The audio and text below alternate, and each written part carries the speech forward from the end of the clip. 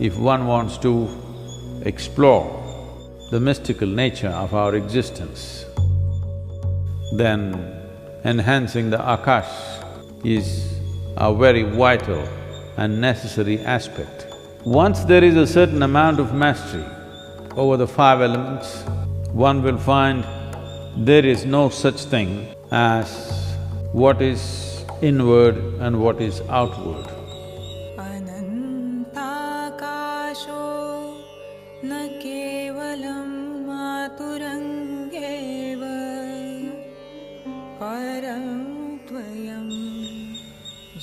The five elements that we recognize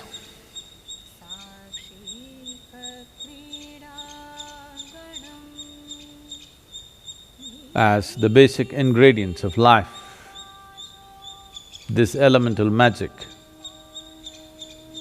I'm calling it elemental magic because just with five things,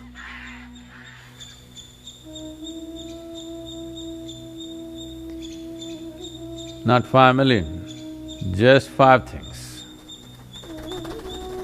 With 5 things, too much has been done. With 5 things, what is presenting itself as cosmos, what is presenting itself as life, what is presenting itself as everything that we can see, hear, smell, taste and touch, is well beyond the permutations and combinations that we can think of.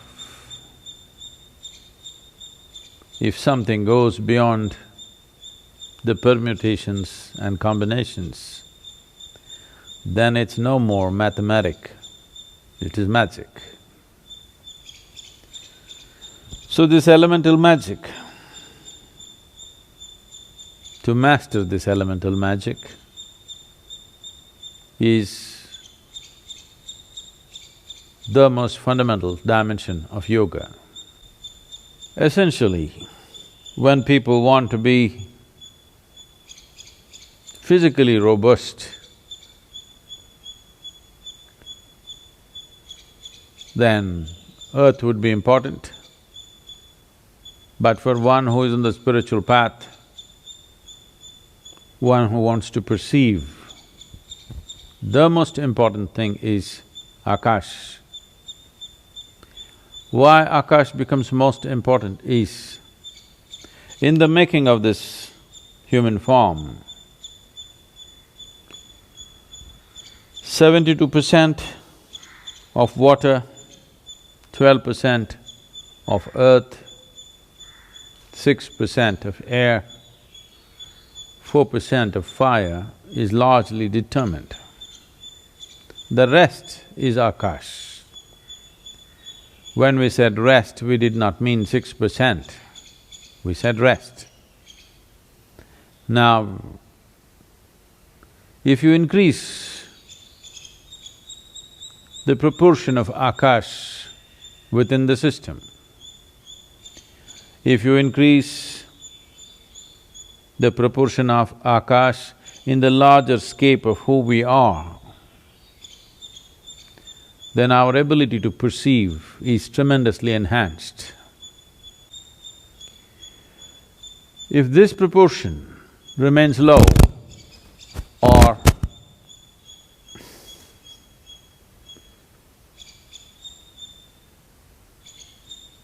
Akash is at its minimal in one's making, then their ability to perceive will be very minimal. Even if they have a great intellect, this intellect will forage in mundane things. It can never rise to perceive something more than that. So in this context, one important aspect of spiritual progress, one important aspect of Vigyan or Vishesh Gyan, if one wants to perceive beyond 5 senses, if one wants to perceive that which is not physical in nature. If one wants to extend his antenna to larger dimensions of life, if one wants to explore the mystical nature of our existence, then enhancing the Akash is a very vital and necessary aspect. Akash is a boundless dimension. When the composition of Akash is enhanced, then boundlessness becomes the nature of one's being. If not boundlessness, at least a boundary that you cannot see and feel.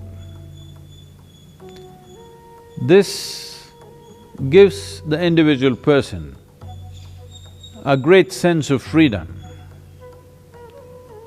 a great sense of not being tied down to anything. This lack of bondage within oneself is an essential amount of space that one needs if they want to have some mastery over these 5 elements. This goes for human system also. To keep this system well, to keep this system in an efficient and effective mode, but not being identified with it, is a very important or the very important step one has to take if one has to have mastery over elements. Once there is a certain amount of mastery over the 5 elements, one will find there is no such thing as what is inward and what is outward, because elements don't respect your boundaries. To put it in the simplest form, as you sit here, you breathe. The air does not respect your boundary, it is constantly in and out. This is not just air, this is happening with everything. The food that you eat and whatever substance we relieve ourselves of and everything else is in constant transaction, or the elements do not respect the boundaries of your body. The boundaries of your body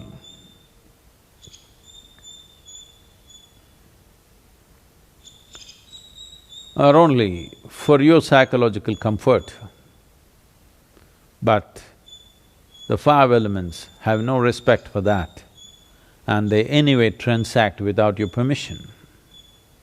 So if you have some access to experiencing the nature of the elements, then you also lose the boundaries of your body. Or in other words, you have sacrificed your privacy, because there is no such thing as privacy, because you know everything is seeping in and everything is seeping out constantly.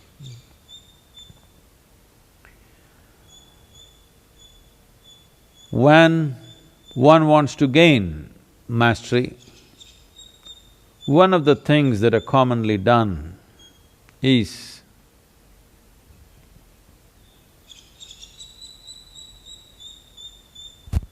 those of you sitting in America or anywhere else in the world right now, including India,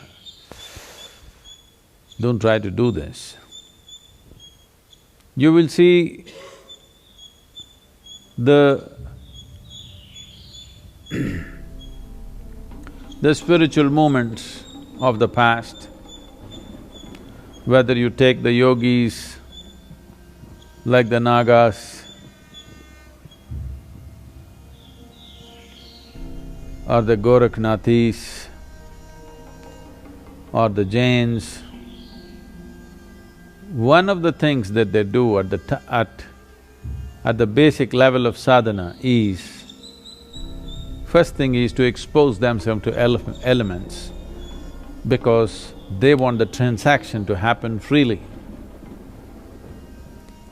As today, walking around naked in the world is not a possibility, though in India it is still in practice.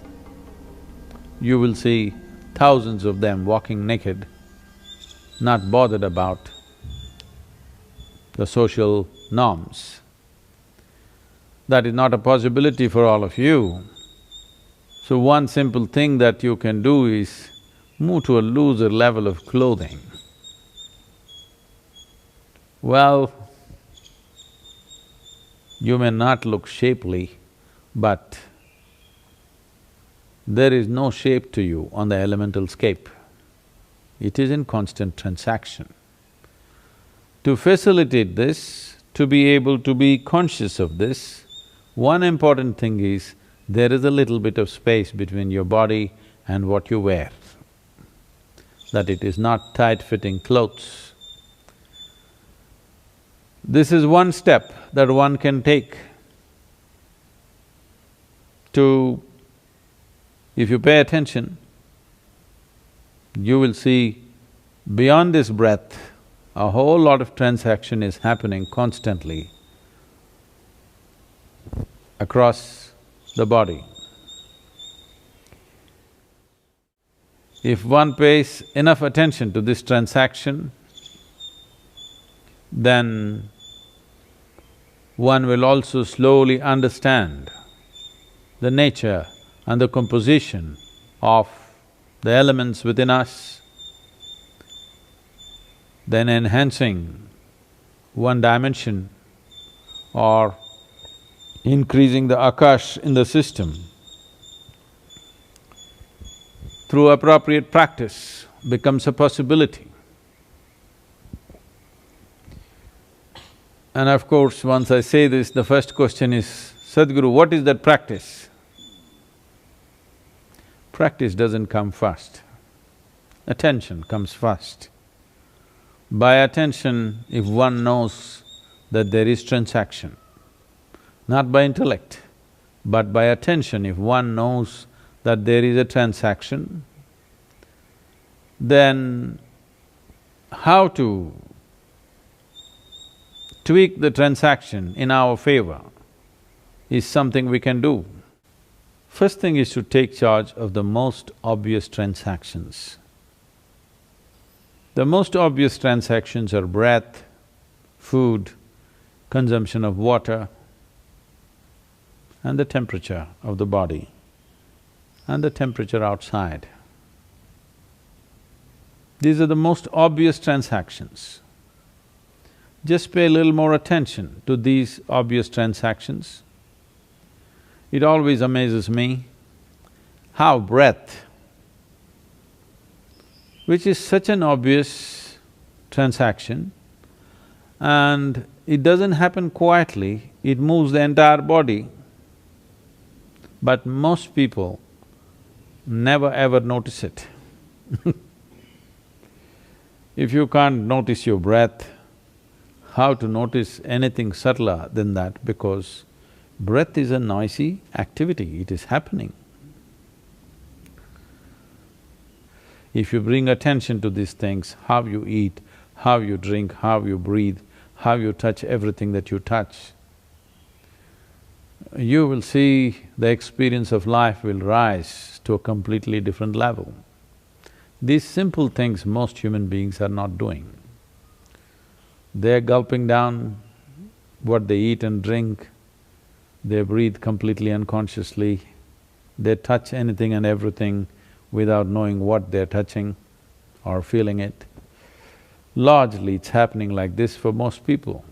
If you bring awareness to that, if you bring… let me not even use the word awareness because it means many things to many people, bring more attention to that. If you are far more attentive to these things, then without slowing down anything, this is important. Because people think that when you're breathing, you should not be doing anything else, just you must be breathing. When you're eating, you must be eating, when you're drinking, you must be drinking.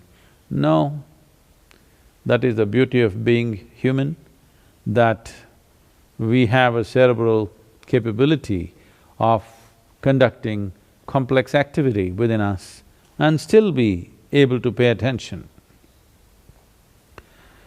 It is like you're driving and you can still have a conversation with somebody.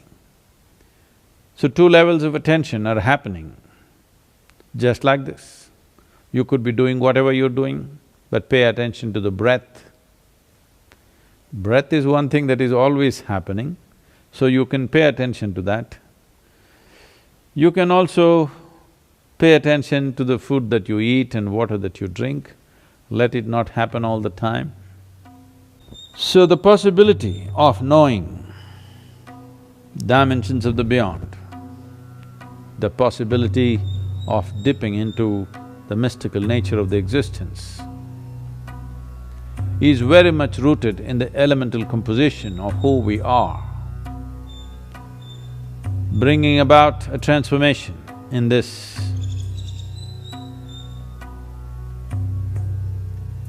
can do fantastic things to you, but one must also understand that fantastic things can also turn your life upside down.